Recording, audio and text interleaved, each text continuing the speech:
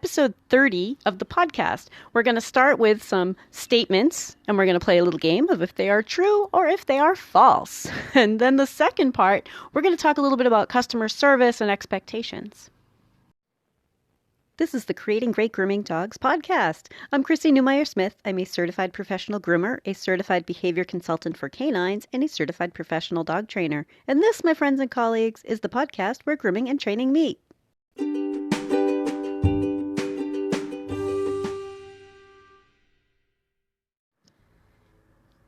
So this week I had a whole bunch of topics in my head, so I decided I'm going to go ahead and do it as a true-false. So we're going to do some statements and then talk about if they are true or if they are false.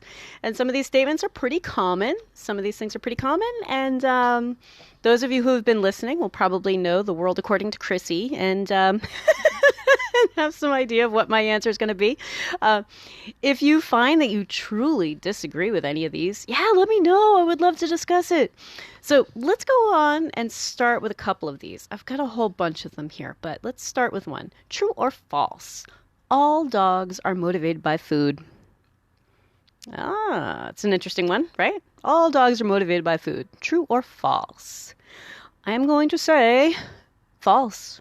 No, not all dogs are motivated by food. Now, food can often be a great reward and a primary reward because it is something essential to life. But I had a dog who was not motivated by food at all. And every time I hear someone saying, oh, you just got to get them hungry enough or something, I'm like, no, you just haven't had your dog yet that wasn't motivated by food. She would easily walk away from a plate of food. Did it almost every day. I'd have to sit beside them at the time I had 2 cats, I had to sit beside them all like, okay, eat your food. Don't let the cats get your food, eat a little bit more, right? And she was a skinny mini. It's not like I was overfeeding her or, she just wasn't motivated by food. And I'll tell you, there was one point where we were doing an agility class. We were taking an agility class, and the instructor used her as a demo and said, Chrissy, I don't know what you're talking about. She's taking all of my food. And I'm like, did you notice that she spit it? Wait, what? Yeah, she spit all that food out. And we look over and there's a big trail of treats on the floor because what she thought was interesting was that she got someone to give her something. But the food wasn't part of it for her. So no, not all dogs are motivated by food. And I'm going to add here too that while many dogs who are motivated by food, some of them are not motivated by food during sensitive times. And what I mean by sensitive times are times when they're a little apprehensive. Not necessarily so stressed out that they're not interested in food, but like a lot of dogs on a grooming table are like, no, this isn't a food place. I'm not interested in food. Sometimes dogs, who are in the middle of something, they're like, this isn't food time for me, right? Something else is happening. So some dogs are not motivated by food all the time. And then there are those precious few who are totally motivated by food anytime, anywhere, no matter what's going on. So all dogs are motivated by food is false. All right, let's pick another one. Here's another statement. Pushing a dog through the grooming process will teach them that it doesn't hurt, and then they'll learn to be good. That's something we hear pretty often in the grooming world. That's a pretty common thing. So what do you guys think? All right, whether you're new listeners or you've been listening for a while, do we think that's true or false? Pushing a dog through the grooming process will teach them that it doesn't hurt, and then they'll learn to be good. And that is false. And I'm going to say it's false because for many, many dogs, it's the pushing them through a process that stresses them out. Not so much whether or not they were injured. Because they might come out of a grooming session never, ever having been injured, but still stressed out because we've kind of pushed them through. Okay? And the idea that if it doesn't hurt and we keep pushing them through, they'll eventually figure out that, it wasn't a big deal and we'll learn to be good. It hasn't been my experience. And as I've said before, I'm a crossover trainer. I've forced a lot of dogs to do stuff earlier in my career, and it did not turn out that way. Right? It didn't teach them to be good.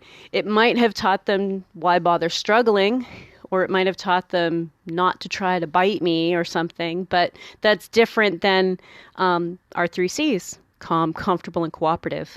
right? Dogs aren't going to learn to be calm, comfortable, or cooperative by us pushing them through the process to prove to them that it didn't hurt. Right? And don't be judgy about that, because a lot of groomers are taught that way. A lot of groomers have been taught to do it that way. And it just doesn't hold up as well. All right? So that is false. All right.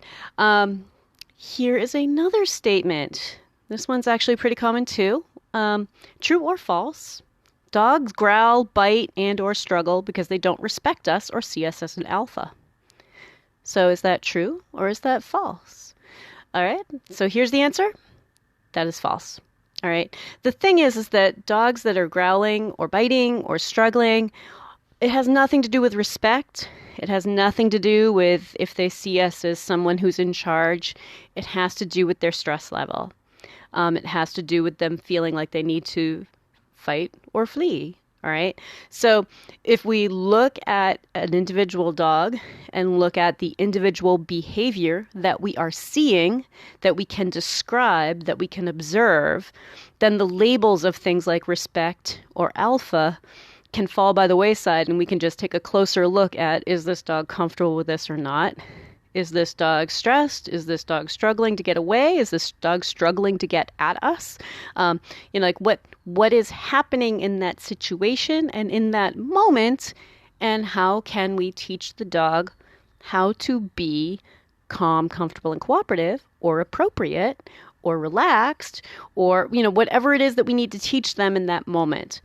But the idea that they don't respect us or they don't see us as an alpha is a very outdated kind of point of view. And it's still pretty common, but it is kind of outdated. Look at the behavior instead of those labels. Those labels aren't as helpful as we used to think they were. All right, here is another statement. This one's a good one. True or false? Owners should seek training solutions for dogs who have problems with grooming. Is that true or is that false? I know people who listen to the podcast probably know exactly where I'm going to come down on this one, but that is true. If an owner has a dog that has a problem with grooming, they should be seeking training solutions. Dog training is not just about what happens at home. Dog training is about helping an owner keep their dog from hurting anyone at all. Veterinary staff, doggy daycares, groomers, they have a responsibility. Now, our responsibility is to tell them that there's a problem and help them find the solution. That might be something that you know how to do. That might be something that you send them to a colleague for. Like, hey, here is a local person that I really want you to get in touch with because they're going to be able to help you with this problem. We need to provide some guidance, but we also need to stick it firmly in their lap that their dog has a problem with the grooming process and they should be seeking solutions about that. All right. I think we've all been taken advantage of as an industry for far too long. All right. We don't need to put up with that. It's not like it's the groomer's problem. It's not the groomer's problem. It's everybody's problem, but it's mostly the owner's problem. So we want to help them find solutions and help them understand that they need to work on it. Okay, they have some responsibilities, and we're there to help. All right, let's pick another one. What do we got here? Here's a good one. True or false? Positive reinforcement means using food. Do you guys know? Is that one true or is that one false? Positive reinforcement means using food. That is false. I hear it a lot, but positive reinforcement isn't just about using food. Positive reinforcement could be a variety of rewards. So, positive reinforcement, for those who are not training geeks, like myself, right? Positive reinforcement means there's a behavior that we want to have happen again. So we add something, that's the positive part, we add something so that behavior will happen more often, reinforced, right? So that behavior will happen more often. What kind of things can we add to motivate a dog to do it again and again? There are lots of things we can add. Here's an example. If my dog does something goofy and I laugh, they'll often do it again. Because when I laugh, that to them is a signal to play. Even though if you listen to the podcast, you know I'm laughing all the time. But if I laugh at them, that's a signal like, woohoo, I did something she thought was funny, right? And I'll give you an example. My last dog, I was doing yoga when she was about a year old. And I was in downward facing dog, and she crawled underneath so that I was literally facing a dog. And for whatever reason, I just thought it was hilarious. She would wait for that particular pose and come over and do it again for about a week. Like, hey, are you a downward facing dog? I'm the dog you could be facing, a downward facing dog, just because I laughed. Right? It had nothing to do with food. It had nothing to do with a toy. It was just because I laughed. It was just a social interaction that was pleasant. Right? So positive reinforcement could be tossing a ball. Positive reinforcement could be we played tug. Positive reinforcement could be you sat, you did the thing when I asked you to, and I'm going to let you through the door. Lots of things can be used as a reward or a motivator through positive reinforcement. However, it is often thought of as just food. Now, we do use a lot of food. I'm a big fan of using food for many, many types of training and many, many behaviors. But it's not exclusively food. If you're enjoying my podcast, please remember to subscribe so that you don't miss any episodes. I want to tell you a little story about me doing business with somebody else this week. So I was the customer. Okay, and I brought my car to the shop because the brakes weren't working. I put my foot on the pedal and it went mush all the way to the floor. So I brought the car in, hoping just a brake line, right? Hoping it was like something minimal, something fairly small. So drop it off, and I'm waiting in the waiting room, and guy came over and is super apologetic. Well, it's not something really small. The brake lines for the rear brakes corroded because of rust. So we need to run 2 new brake lines to the back. I'm like, okay, well, what's that going to take? How much is it going to cost?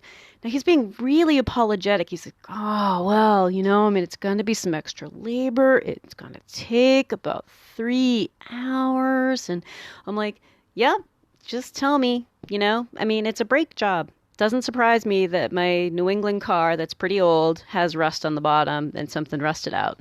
No problem. I get it.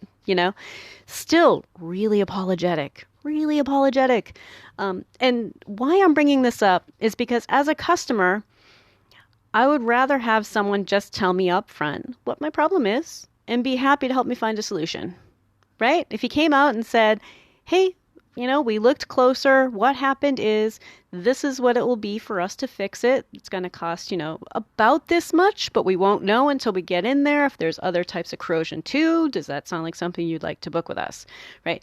I just want straightforward. Now, the reason why I mention this is because many, many times when any of us in any of the dog businesses has a dog that is having a problem, whether it be, their coat is just in terrible shape or they're having a behavior problem, suddenly people get apologetic about it. As a business owner, please do not be apologetic about it unless you have done something. Just be upfront with people. Well, Sparky had some issues today. Are you working on training at home? Is there anything that you can help you get in touch with a trainer or get in touch with your vet? Maybe we can help you find a solution for this, but this is what the charge is going to be because your dog had an issue today. Okay, so don't be apologetic. As a customer, like I said, with this automotive company, there was a point where I was like, you know what? I bet another customer would really take advantage of this. Like, oh, well, that's too much. Like, I kind of got the feeling that they get that a lot. And they probably get talked down to an awful lot. And they probably have people trying to bargain shop them a lot. Whereas I'm like, that's straightforward. All right, if it's going to take about 3 hours. I've worked with them before. Like, I know if it takes less than 3 hours, they charge me less than 3 hours. Like, so I already trust them. But you know what? I bet a lot of customers totally take advantage of them. And I know that happens in the dog world. We're suddenly like, oh, well, I couldn't get the trim super perfect today because, he was trying to bite at us. So I'm going to give you like $5 off. And I'm really sorry that I couldn't get that hair around his lip. And I need you to stop doing that. It's not good for your business. It's not actually helping that owner. That owner needs to know that they have some responsibilities with their own dog, right? That their dog's behavior is unacceptable and they need to take it seriously, and we need to work together to find solutions. It's not your fault that you can't get a beautiful trim on a dog who won't let you do a beautiful trim, right? So, and it's not just the dog industry. Other industries have a problem with this. I think it's also a small business owner industry problem, right? Like large companies don't care about that stuff, but we as small business owners tend to, because we start thinking any customer who gets a little bit upset with us is probably going to be bad for business. And I don't find that to be true. I find that people want some more straightforward, let's tell you exactly what you need and how we can help you. And to be in a mindset of, I'm presenting what I can to help you. But don't be apologetic.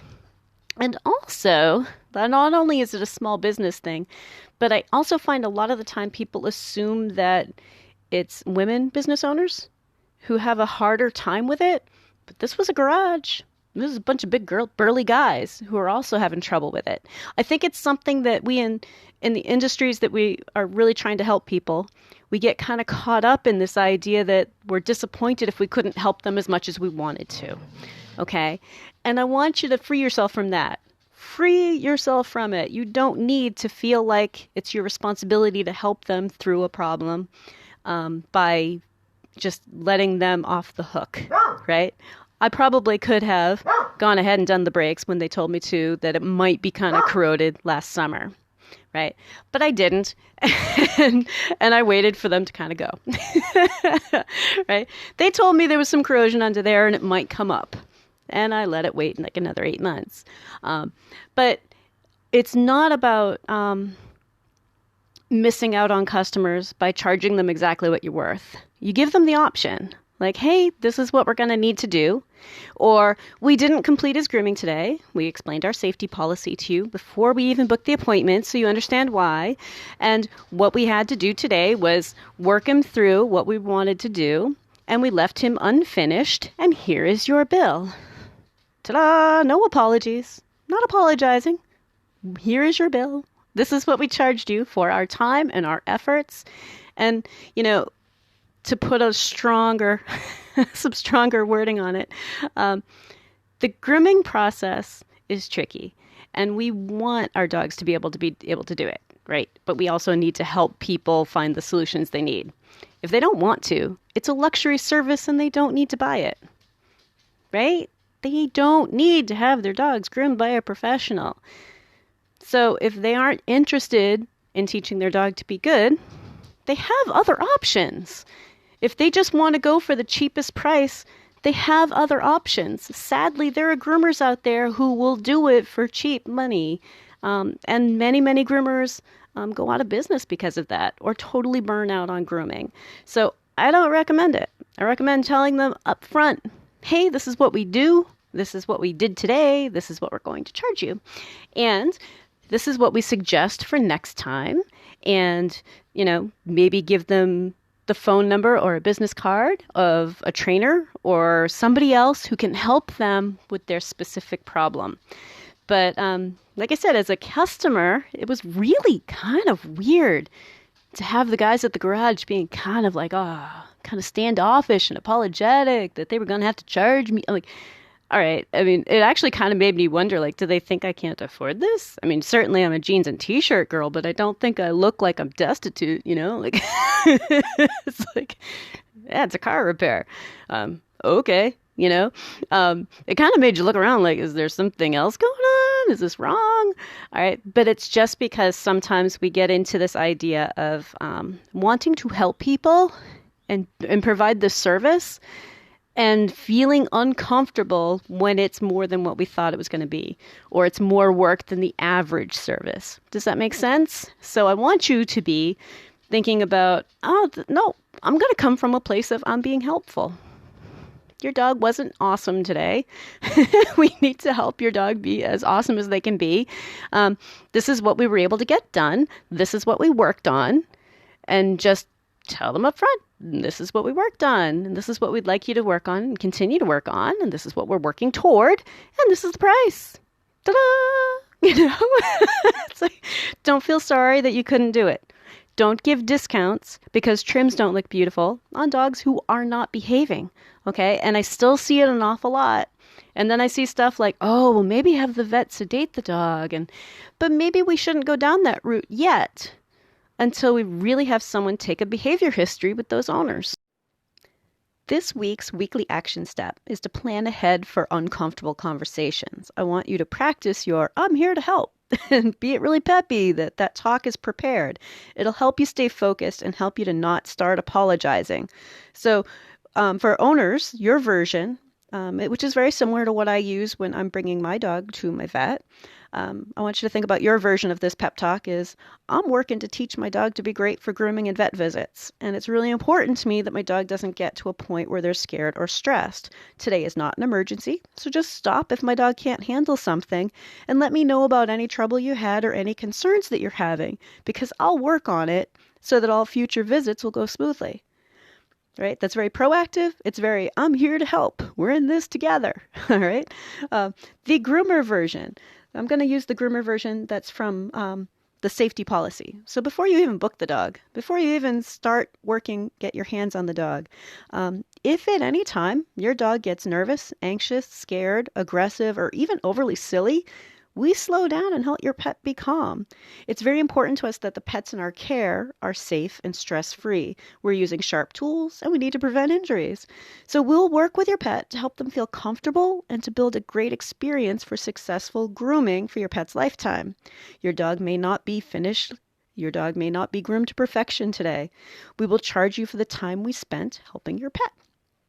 Just present it as if you are being plain as day. We're here to help. Okay. These are your we're here to help talks. Now here's another version for trainers and vets and any of the other dogs. What we want to do is this one is a different version. So tell us everything you can about how your dog responds to grooming and vet visits, because we want to work toward your dog feeling comfortable. This is for your dog's health and safety, and it's also for you as the owner to be able to safely care for your dog. We're here to help. So this is your weekly action step. Come up with your version of your we're here to help pep talk so that you are prepared the next time, so that you don't feel apologetic for not finishing a groom, or you don't feel apologetic that, you're not going to do a whole bunch more things on a dog who's not prepared for it, so that owners feel confident that you are here to help them solve their problem. And owners, so that your vet realizes, oh, she's not saying we're going to decline service. She's saying she's working with her dog, because that makes you a dream customer. I got to tell you, we all love that. We're like, oh, she's working with her dog. Yes, anything we can do to help. All right. So that is your weekly action step. Have a great week and stay curious. If you'd like to talk to me, you can find me through my grooming and training business, happycrittersdogtraining.com, my email, chrissy@happycritters.net, and through the Creating Great Grooming Dogs Facebook page. And we have these awesome devices in our pockets that allow us to do live video with each other. I can help you with the dog on your table. We can set up live lessons, and you may be surprised at how much we can get accomplished together via video. I'm also happy to come to you if you're near my area in southern New Hampshire.